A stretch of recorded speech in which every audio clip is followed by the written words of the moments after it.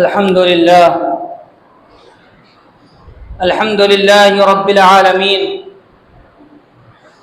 والصلاة والسلام على سيد المرسلين وعلى آله وأصحابه أجمعين.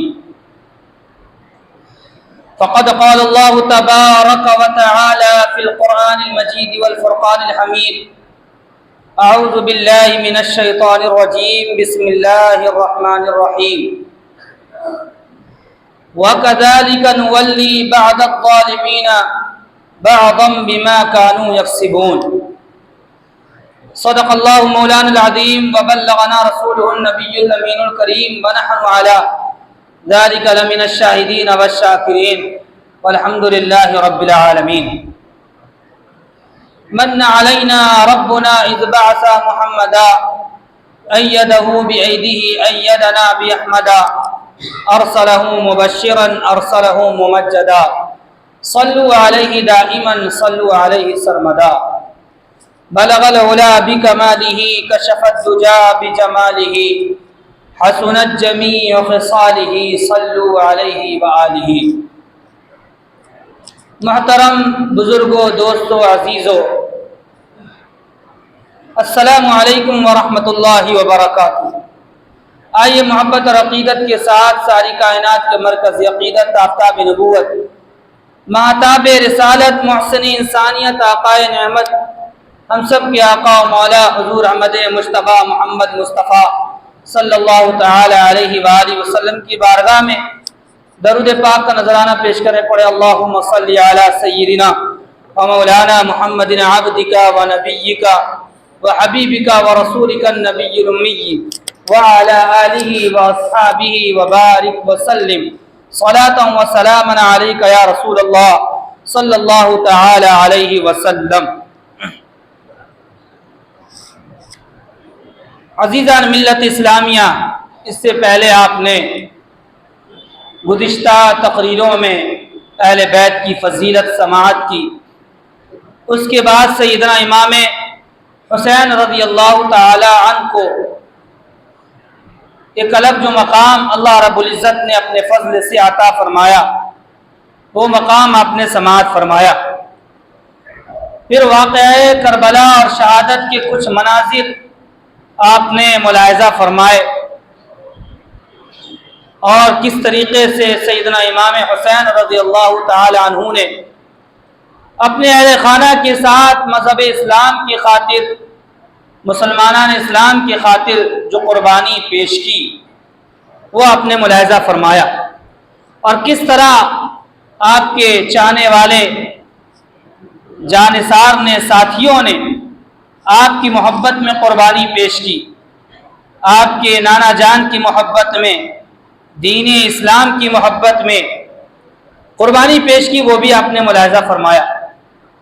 اور خود حضرت امام حسین رضی اللہ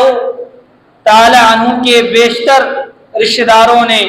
خاندان کے افراد نے آپ کے نام پر اپنے جان کی قربانی پیش کی. اور جس طریقے سے ظالموں نے، جابروں نے، ستم گروں نے امام حسین رضی اللہ تعالی عنہ، ان کے خاندان پر، ان کے اہل خانہ پر جو ظلم کیا، جو جبر کیا، جو ستم کیا، اور پھر ان لوگوں کا جو انجام ہوا دنیا میں، وہ بھی دنیا والوں کے سامنے ہے. امام حسین رضی اللہ تعالی عنہ کی شہادت کے بعد ان کے اہل خانہ کے ساتھ جس طریقے سے ان ظالموں نے، بدبختوں نے، بد نصیبوں نے امام حسین کے خاندان کے ساتھ بے احترامی کی، بے عزتی کی، گستاخی کی اور بدسلوکی کی، وہ بھی آپ کے سامنے ہے. اور پھر اللہ تعالیٰ نے کس طریقے سے اس کی سزا دنیا ہی میں دی، وہ بھی دیکھنے والوں نے دیکھا. سن 61 ہجری میں حضرت امام حسین کی شہادت ہوئی، انہوں نے قربانی پیش کی، ان کے اہل خانہ نے قربانی پیش کی. اس کے بعد یزید نے سمجھا، اور اس کے لشکریوں نے، اس کی حمایتیوں نے سمجھا کہ ہم نے بہت بڑا کارنامہ انجام دے دیا، بہت بڑا کارنامہ انجام دیا، گویا کہ ہم اپنے مقصد میں کامیاب ہو گئے. جس مقصد کو پورا کرنے کے لیے وہ تخت سلطنت پر بیٹھنے سے پہلے ہی ارادہ بنا چکا تھا کہ اگر کسی طرح کی رکاوٹ آئی تو ہم اس رکاوٹ کو اس طریقے سے دور کریں گے. اور اس کے ساتھیوں نے بتایا تھا یہی طریقہ تمہیں اپنانا ہے, ان کو راستے سے ہٹانا ہے تو یہ کام انجام دینا پڑے گا. وہ بڑا خوش ہوا, اس نے پورا جشن کا ماحول قائم کیا. دمشق میں بازاریں سج گئیں, شور و غل ہوا, بے حیائیوں کے بازار گرم ہوئے, بے شرمیوں کے بازار گرم ہوئے. گناہوں کی کھلے عام اس نے اجازت دے دی اس خوشی میں کہ اس نے نواسہ رسول کو معاذ اللہ شہید کر دیا اور ان کے اہل خانہ کو شہید کر دیا. اور وہ یہ سوچ بیٹھا تھا کہ اب تو میری حکومت باقی رہے گی, اب میری حکومت کے لیے کوئی خطرہ نہیں ہے, کوئی ٹینشن نہیں ہے, کوئی اسے گرا نہیں سکتا ہے. اس نے بازار گرم اور پھر تماشا بنایا ان کے اہل خانہ, دنیا والوں کے اندر ڈر بٹھانے کے لیے, اپنے رعایا کے اندر ڈر بٹھانے کے لیے کہ دیکھ لو جو میرے مد مقابل میں آیا, معاذ اللہ چاہے وہ کوئی بھی بڑے سے بڑا خاندان ہو, یہ بتانے کی اس نے کوشش کی کہ میں نے کس طریقے سے اسے تہو بالا کیا, معاذ اللہ کس طریقے کا ہم نے ان کے ساتھ سلوک کیا, رویہ کیا, کیسا ظلم کیا. اس لیے کوئی بھی شخص میری رعایا کا چاہے وہ کتنا ہی طاقتور ہو, چاہے وہ کتنے ہی بڑے خاندان سے تعلق رکھتا ہو, وہ سر اٹھانے کی جرأت نہ کرے. لیکن اللہ تعالیٰ کو کچھ اور ہی منظور, اللہ تعالیٰ نے فوراً دیا. اب وہ وہی نہیں رکا کیونکہ اس کے دل میں ابھی مدینہ والوں کا خار تھا, مدینہ کے رہنے والوں کا خار تھا, مکہ والوں کا خار تھا کہ ان لوگوں نے بھی بیعت میں پہل نہیں کی, لہذا اب ان لوگوں پر ظلم کیا جائے. اس نے ایک بڑا لشکر روانہ کیا مدینہ المنورہ کے, اور روایتوں میں بات آتی ہے کہ 7,000 معاذ اللہ اس نے اس وقت کے جو تابعین تھے ان کو اس نے قتل کیا. مدینہ میں اس نے بے حرمتی کی, مسجد نبوی کی بے حرمتی کی. ایسا معاملہ ہوا کہ مدینہ المنورہ میں اور خاص طور سے مسجد نبوی میں 3 دن تک اذانیں اور نمازیں بن رہی. اس کے لشکر کے گھوڑے مسجد نبوی کے محراب میں اور اس کے اندر جو پائے ہیں, جو پلرز ہیں, ان میں باندھے گئے ظلم سے. اور یہی نہیں بلکہ اس کا لشکر پھر مکہ کی طرف روانہ, وہاں اس نے خونریزی کی, خانہ کعبہ کے معاذ اللہ غلاف کو پھاڑ دیا, جلا دیا, کعبۃ اللہ کی بے حرمتی کی, حرم مکہ کی بے حرمتی کی, وہاں کے جلیل القدر تابعین کو اس نے شہید کیا. پھر جب وہ لشکر وہیں موجود تھا کہ یزید کی موت ہو جاتی ہے, خطرناک موت ہوتی ہے, دردناک موت ہوتی ہے, ذلت و رسوائی کی موت ہوتی ہے. اس کی موت ہو جاتی ہے 63 ہجری, 3 سال کے اندر اس کی موت ہو جاتی ہے, اس کا خاتمہ ہو جاتا ہے, اس کا خواب چکنا چور ہو جاتا ہے. پھر اس کا ایک بیٹا معاویہ نام تھا, معاویہ بن یزید, وہ تخت سلطنت پر بیٹھتا ہے بحالت مجبوری, مگر وہ بھی 40 دن سے زیادہ تخت سلطنت پر باقی نہیں رہتا, وہ بیمار رہتا ہے, گویا اس کے 40 دن بیماری کی حالت میں گزر جاتا. پھر جانے کا وقت آتا ہے, اہل خانہ کو معلوم ہوتا ہے کہ اب یہ بھی چل بسے گا. اس سے اہل خانہ کہتے ہیں کہ وصیت کر جاؤ, کسی کو جانشین مقرر کر جاؤ. وہ کہتا ہے کہ میں کسی کو جانشین کیوں مقرر کروں جب میں نے اس حکومت میں خود لذت نہیں پائی, اس حکومت سے خود فائدہ نہیں اٹھایا, میں کیوں کسی کو مقرر کروں. اور وہ اپنے باپ سے سخت نفرت کرتا تھا, یزید سے, اور اس نے کہا بھی تھا کہ میرے باپ پر اہل بیت کے خون کے داغ ہیں, قتل کے داغ ہیں. وہ برا شخص تھا, وہ نہایت ہی گندا شخص تھا, اس کی سوچ گندی تھی, اس کا ذہن گندا تھا, اس کا مشن گندا تھا, اس کا مقصد گندا تھا. وہ مذمت اور برائی کرتا ہے, آخر کار وہ بھی رخصت ہو جاتا. اور پھر جو اس کے بعد کا زمانہ آتا ہے وہ اس کے بعد 3 سال 63 ہجری سے لے کر کے 67 ہجری تک کا جو زمانہ ہے, اس میں قاتلین حسین کا صفایا ہو جاتا ہے, خاتمہ ہو جاتا ہے. اور قرآن مقدس کا ارشاد ہے کذالک نولی بعض الظالمین بعضا بما كانوا یکسبون, کہ اللہ تعالیٰ کی شان یہ ہے کہ وہ کبھی کبھی ظالموں کو بدلہ ظالموں کے ذریعے دیتا ہے, کبھی کبھی ایسا ہوتا ہے کہ ظالموں پر ظالموں کو مسلط کر دیتا ہے اس کے خاتمے کے، اور یہ ہسٹری بھی ہے، تاریخ بھی ہے، کیسے کیسے ظالم ہے، کیسے کیسے جابر ہے، مگر اللہ تعالیٰ نے ان کے مد مقابل دوسرے ظالم اور دوسرے جابر کو مسلط کر۔ ہٹلر کتنا بڑا ظالم تھا، یہودی کتنے بڑے ظالم اور جابر تھے، مگر ان یہودیوں پر ہٹلر ظالم اور جابر کو مسلط کر دیا گیا۔ اور دنیا میں دیکھنے میں یہ باتیں آتی ہیں، نظر میں یہ باتیں آتی ہیں کہ ایک ملک کی حکومت ظالم ہوتی ہے، دوسرے ملک کی ظالم حکومت اس پر مسلط ہو جاتی ہے، اور یہی ہوتا ہے، اور یہ ایک دستور رہا ہے اللہ تعالیٰ۔ حضرت یحییٰ ابن زکریا علیہ السلام، حضرت یحییٰ ابن زکریا علیہ السلام، کون نہیں جانتا حضرت یحییٰ علیہ السلام کو اس وقت کے ظالموں نے، جابروں نے شہید کر مار ڈالا، اور قوم بنی اسرائیل کی عادت تھی کہ وہ اپنے درمیان آنے والے نبیوں کو شہید کر دیا کرتے، اتنی جرأت تھی، اتنی ہمت تھی ان کے اندر، اتنی بغیرتی تھی کہ جو نبی اللہ کی طرف سے ان کے لیے ہدایت بن کر آیا ہے اسی کو وہ شہید کر ڈالا۔ اللہ نے کہا اچھا تم نے حضرت یحییٰ کو شہید کیا، اب دیکھو میں کیا کروں۔ اس وقت کا ظالم و جابر بادشاہ وقت نصر بہت بڑا ظالم ہے، اور اس نے آگے چل کر معاذ اللہ اپنے اللہ ہونے کا دعویٰ پیش کیا، اس کو مسلط کر دیا جنہوں نے حضرت یحییٰ علیہ السلام کو شہید کیا، اور اس نے جس نے جو بھی حضرت یحییٰ علیہ السلام کی کو شہید کرنے میں، انہیں قتل کرنے میں شامل تھا، سبوں کا صفایا کر دیا، اور بے دردی سے صفایا، تقریباً 70,000 لوگوں کو اس نے مارا۔ اسی طریقے سے حضرت امام حسین کے قاتلین کے لیے اللہ تعالیٰ نے مختار ثقفی کو مسلط کیا۔ جب عبد الملک بن مروان کی حکومت آئی، اس نے سر اٹھایا اور کوفہ پر اس نے تسلط حاصل کر لیا، اور جب اس نے تسلط حاصل کر لیا سن 63 ہجری سے لے کر سن 67 ہجری کا معاملہ، اس نے تسلط حاصل کیا، اور پھر اس نے پیغام دیا کہ جو بھی امام حسین کی شہادت میں، ان کے قتل میں، ان کو پریشان کرنے میں، ان کو دکھ پہنچانے میں، تکلیف دینے میں، یا جس طریقے سے بھی وہ شامل ہے اس کا میں انتقام لوں گا، بدلہ لوں گا، اس نے فرمان جاری کیا، اور سبوں کی لسٹ تیار کی، جو بڑے قاتلین تھے، جو بالکل شامل تھے، جو مین تھے، ان کی بھی لسٹ تیار کی، اور جو کسی بھی طریقے سے اس میں شامل تھے، سہمت تھے، راضی تھے، خوش تھے کہ جو ہوا معاذ اللہ بہت اچھا ہوا، سبوں کو اس نے جانچا، بھاپ لی، اور کہا کوئی بچے گا نہیں۔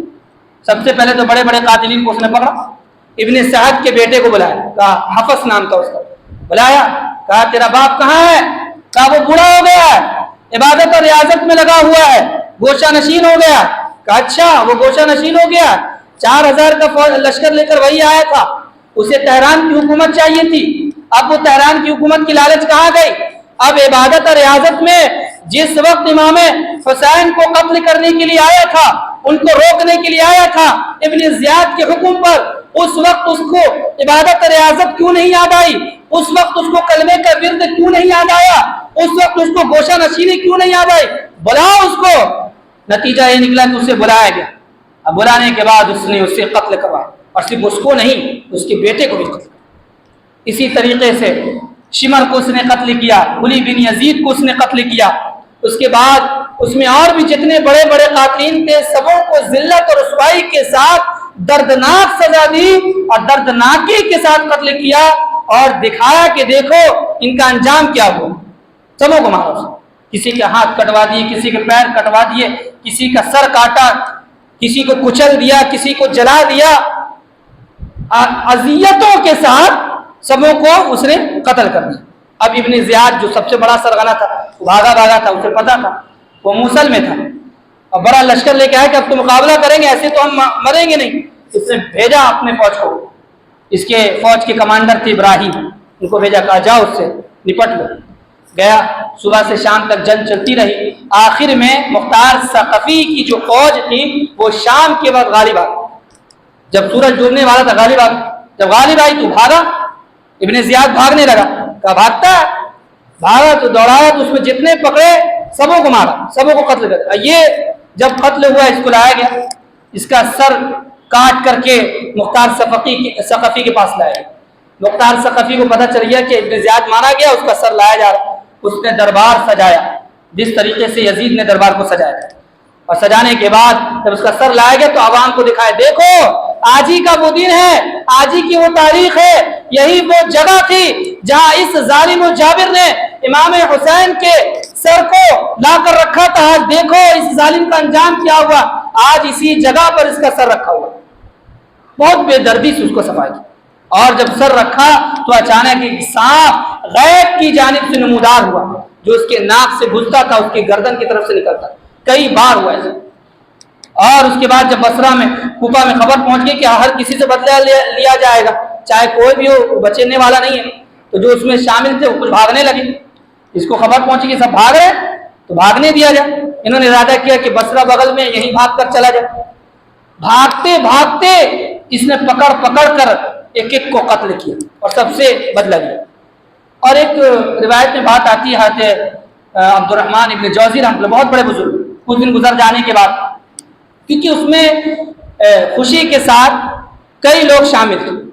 اور اس نے تقریباً اس وقت کوفہ میں قاتلین میں سے 7,000 یا 6,000 کوفیوں کو مارا، 7 یا 6,000 کوفیوں کو اس نے قتل کیا امام حسین کی شہادت کے پاداش میں۔ اور حضرت عبد الرحمن ابن جوزی رحمۃ اللہ فرماتے ہیں کہ ایک مجلس تھی، اس میں ایک بزرگ موجود تھے، اور ذکر چلا کہ قاتلین حسین کا انجام دنیا میں کیا ہوا، آخرت میں تو جو انجام ہونا ہے وہ ہوگا، وہ مسلم ہے، اس انجام سے ان سب کو کوئی نہیں بچا سکتا، اس لیے کہ جس نے اہل بیت کی توہین کی اور اہل بیت کو تکلیف پہنچائی، اس نے اہل بیت کو نہیں بلکہ رسول اللہ کو تکلیف پہنچائی، ان کو عزت۔ ان الذين يؤذون الله ورسوله لعنهم الله في الدنيا والآخرة، کہ جو کوئی بھی اللہ اور اس کے رسول کو ایذا دے گا دنیا اور آخرت میں اس کے اوپر لعنت ہوگی، دنیا اور آخرت میں اس کے اوپر لعنت ہوگی۔ تو قاتلین حسین کے انجام کا ذکر چلا، مجلس لگی ہوئی تھی، اس میں ایک بزرگ کا بیان ہے کہ جب ذکر چلا کہ بھائی قاتل حسین کا جو انجام ہوا وہ بہت برا ہوا، دنیا والوں نے دیکھا، اس میں ایک شخص تھا جو اس وقت شامل تھا اور وہ خوش تھا یزید کی حرکت سے اور یزید کے ظلم سے، اس نے کہا کہ میں بھی تو شامل ہوں، میرا کہاں کچھ ہوا، میں تو صحیح سلامت ہوں، میرے پاس دولت بھی برقرار ہے، سب کچھ برقرار ہے۔ انہوں نے کہا اچھا یہ ابھی تک موجود ہے، زندہ ہے، ایک زمانہ گزر گیا، چن چن کے مارا گیا، مگر یہ پھر بھی بچ گیا، کیونکہ یہ چھپا ہوا تھا، یہ چھپا ہوا دشمن تھا، یہ چھپا ہوا بغض رکھنے والا تھا، باغی تھا، یہ موجود ہے۔ بزرگ کا بیان ہے کہ وہ جیسی مجلس سوٹ اٹھ کر گیا اور وہ اپنے گھر گیا اور اس نے رات میں چراغ جلائی، چراغ کا سسٹم تھا، اور اس کے چراغ سے اس کے کرتے کے دامن میں آگ لگ گئی اور کوئی بچانے والا نہیں تھا، تنہا تھا، لہذا وہیں جل کر اپنے کمرے میں جل کر خاک ہو گیا، راکھ ہو گیا۔ بعد میں خبر آئی کہ وہ شخص جو مجلس سے اٹھ کر گیا تھا، جس نے یہ بیان دیا تھا کہ میں بھی امام حسین کے قتل سے اور ان کے ساتھ جو ظلم ہوا خوش تھا، وہ شخص جب گھر گیا تو اس کے ساتھ یہ انجام ہوا کہ جل کر اسے موت ہو گئی اور کوئی بچانے والا اسے نہیں آیا۔ تیار اس طرح کی متعدد روایتیں ہیں کہ کسی کے حادثے میں کسی کا انتقال ہو گیا، کسی کا بیماری میں انتقال ہو گیا، کسی کی دولت ختم ہو گئی، کسی کا دبدبہ ختم ہو گیا، کسی کی اولادیں مر گئیں، کوئی نہ کوئی جو بھی شامل تھا اس میں، چاہے وہ بالواسطہ ہو چاہے وہ بلا واسطہ ہو، کسی نہ کسی طرح کی دنیاوی عذاب کا شکار ہو کر وہ ضرور مر اور لعنت کے ساتھ اس کی موت۔ اس سے ظالموں کو سبق لینا چاہیے۔ اور حضور علیہ السلام نے فرمایا کہ اللہ تعالی، بے شک اللہ تعالی کبھی کبھی ظالموں کے ذریعے اور جابروں کے ذریعے بھی دین کی مدد لے لیتا ہے، اور جو ظالمین ان کا خاتمہ کر دیتا ہے۔ تو ظالم سے ظالم کا خاتمہ، مختار ثقفی بہت اچھا آدمی نہیں تھا، بعد میں اس نے اپنے نبی ہونے کا دعویٰ کر دیا، معاذ اللہ، اپنے نبی ہونے کا دعویٰ کر دیا، لیکن ایک تھا اس نے وہ سارا کام کیا۔ تو اس سے یہ معلوم ہوا کہ جو بھی اچھوں پر ظلم کرے گا وہ دنیا میں محفوظ و معمول نہیں رہا۔ آج بھی یہ ماحول بنا ہوا ہے، جو بدماش قسم کے لوگ ہوتے ہیں، جو ظالم ہوتے ہیں، وہ جابر ہوتے ہیں، کبھی کبھی اللہ کے نیک بندوں کے پیچھے پڑ جاتے ہیں، ہاتھ دھو کے پڑ جاتے ہیں، وہ سمجھتے ہیں کہ ہمیں کچھ ہونے والا، ڈراتے، چاہے وہ حکومت کی شکل میں ہو، چاہے ارباب حکومت کی شکل میں ہو، یا انفرادی طور پر،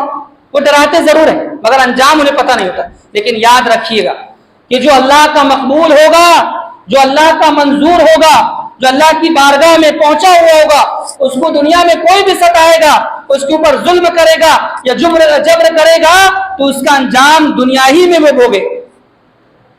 اسی لیے اولیاء کرام سے بہت سارے وقت کے بادشاہ اور ظالم و جابر ڈرا کرتے. ان کو یقین تھا کہ جو قاتل حسین کا انجام ہوا, کہیں ایسا نہ ہو کہ میرا بھی وہی انجام. آج کی بھی حکومتیں ڈرتی ہیں کہ ایسے لوگوں پر ہم نے اپنا ہاتھ ڈالا یا شکنجا ڈالا تو میرا حال برا ہوگا دنیاوی اعتبار سے, اور آخرت میں جو ہونا ہے تو وہ ہوگا ہی. تو یہ ہے اس کا خلاصہ کلام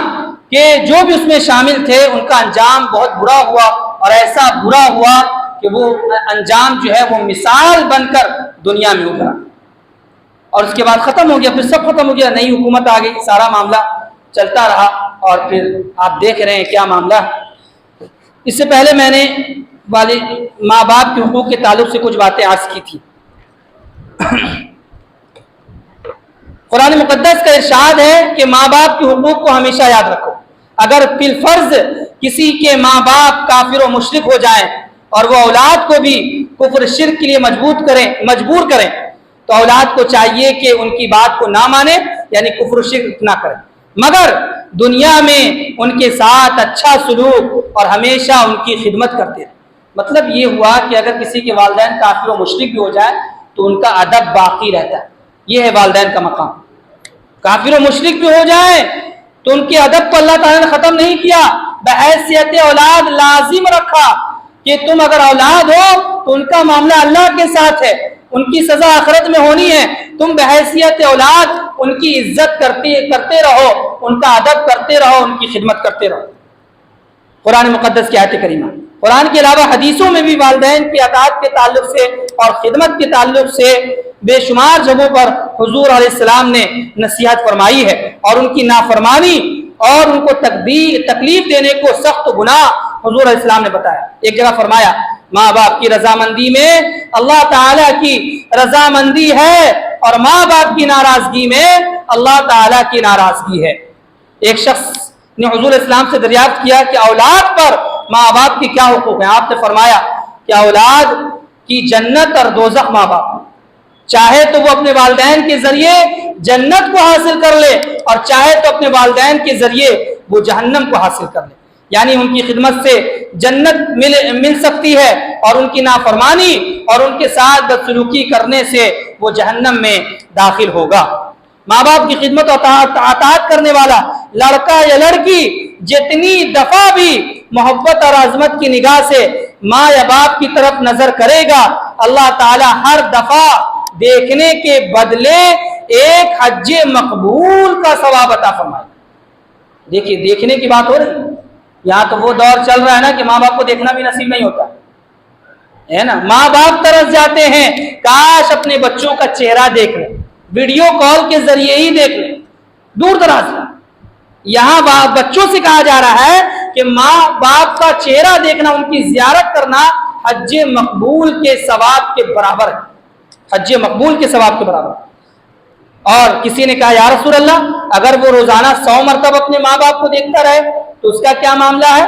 کیا اس کو بھی اتنا ہی ثواب ملے گا؟ حضور نے فرمایا ہاں, اللہ بہت بڑا ہے, بہت پاک ہے, اس کے یہاں ثواب کی کوئی کمی نہیں ہے. وہ جتنی مرتبہ دیکھے گا ہر مرتبہ دیکھنے کے برابر جو ہے اسے حج مقبول کا ثواب ملے گا. ہر دفعہ دیکھنے کی جگہ حج مقبول کا ثواب ملے گا. اور فرمایا کہ جنت تو ماؤں کے قدموں کے نیچے. اب جسے جنت کو حاصل کرنی ہے وہ اپنے ماؤں کے قدموں کے نیچے سے جنت کو حاصل کر لے. پھر فرمایا کہ 3 بڑے گناہ ہیں, اسے ہمیشہ یاد رکھنا. نمبر 1 اللہ کے ساتھ شرک کرنا, یہ بہت بڑا گناہ ہے. اسی کے مد مقابل ماں باپ کی نافرمانی کرنا بھی بڑا گناہ ہے. اسی کے مد مقابل دیکھیے شرک کو بیان کر رہے ہیں حضور اسلام, کہہ رہے ہیں کہ دیکھو 3 بڑے گناہ. ایک تو ماں باپ اللہ کے ساتھ شرک کرنا یہ بڑا گناہ ہے, اسی کے مد مقابل ماں باپ کی نافرمانی بڑا گناہ ہے. یعنی جس طرح سے تم شرک کو بڑا گناہ سمجھتے ہو اور اس کے قریب جانے سے ہمیشہ کتراتے ہو, آگ سے جس طرح بچتے ہو ویسے تم شرک سے بچتے ہو, اسی طریقے سے تمہاری ذمہ داری ہے کہ ہر وقت اپنے ماں باپ کی نافرمانی سے بھی بچتے رہو. اور تیسرے نمبر پر بڑا گناہ بتایا جھوٹی گواہی دینا، یہ بہت عام ہے۔ اور فرمایا کہ 3 قسم کے آدمی ہیں جن کی طرف اللہ تعالیٰ قیامت کے دن رحمت کی نظر نہیں فرمائے گا، ان میں سے ایک وہ ہیں جو ماں باپ کو ستاتے ہیں اور پریشان کرتے ہیں۔ کہ اتنی فضیلتیں ہیں، ان فضیلتوں میں سے چند فضیلتیں اس لیے بتائی گئیں تاکہ آپ میں سے اور ہم میں سے ہر کوئی اپنے ماں باپ کا فرما بردار بن جائے، خدمت گزار بن جائے، اطاعت گزار بن جائے اور ان کی اہمیت کو سمجھنے لگے، کیونکہ یہ وہ دولت ہے جب ہمارے درمیان سے یہ دونوں دولت رخصت ہو جاتی ہے تو پھر چاہ کر بھی دنیا کا کوئی انسان اس دولت کو نہ حاصل کر سکتا ہے اور نہ ہی خرید سکتا ہے۔ اللہ تعالی ہم میں سے ہر کسی کو اپنے والدین کی قدر کرنے والا، ان کی خدمت کرنے والا، ان کی فرمانبرداری کرنے والا اور ان کی اطاعت کرنے والا بنائے۔ وآخر دعوانا الحمدللہ رب العالمین۔